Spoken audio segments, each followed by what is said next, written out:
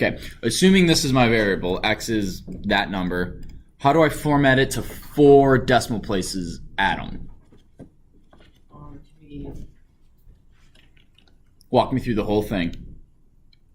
Format? Correct. Parentheses. Yes. Colon? Incorrect. What do we want to format? X.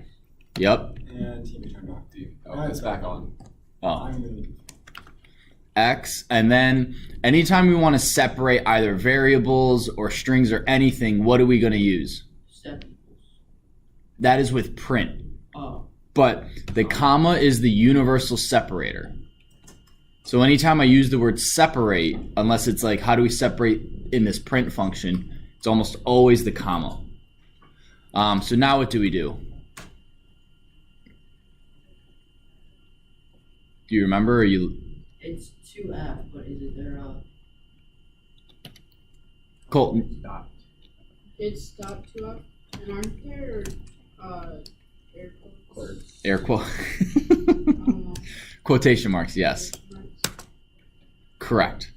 Now, how do I add commas? Comma before the period. Comma before the period. Okay, I said I wanted to format this to 4 decimal places. What do I change, Chad? The 2 to the 4th. 2 to a 4. Yep. Can I do this?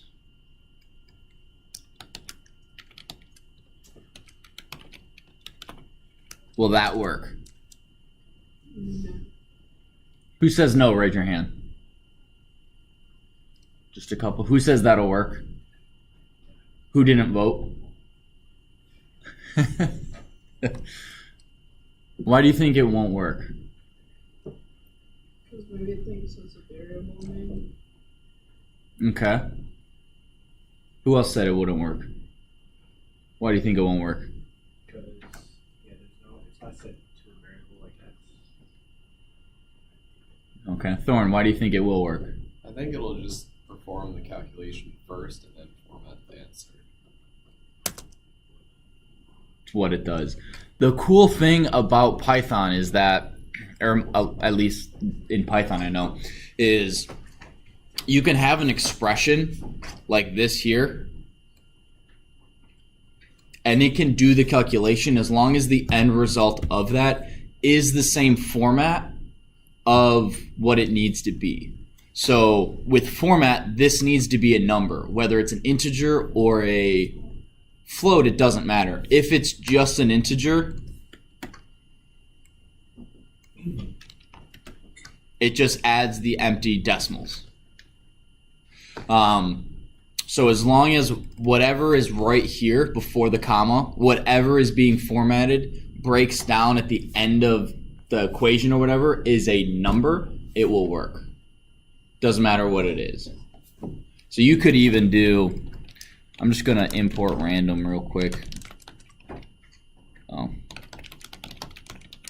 As R, we're going to do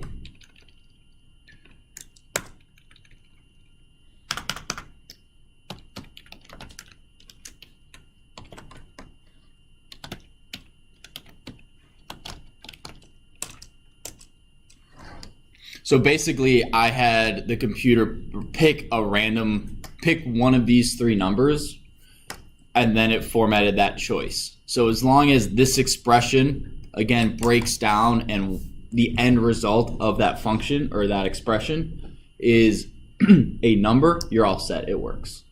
Do you guys have any questions? Yes, Thorn. So when you say 0.4f, that's what it'll turn into, as long as it's an integer or a float. Mm-hmm.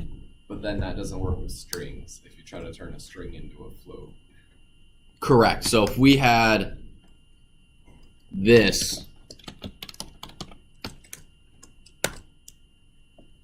oh, hang on, what did I do?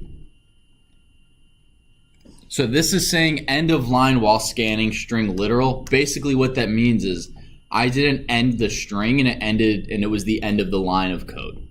So that tells me I'm forgetting a apostrophe somewhere. string. Yeah. So what this is saying, the unknown format code F for for object of type string, meaning this F, we're saying it needs to be a float, is not valid with a string.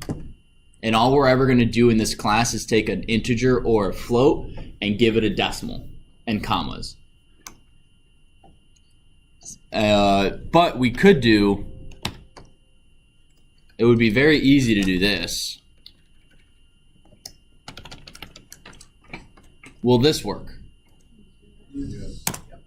Yes. So again, as long as whatever's being formatted at the end of it is a usable number by format, you can do whatever you want in there. All right, so that's it for chapter 2. Now we're going to get into if statements, which are super cool. Actually, I'm going to stop the video and then we'll get into if statements. So.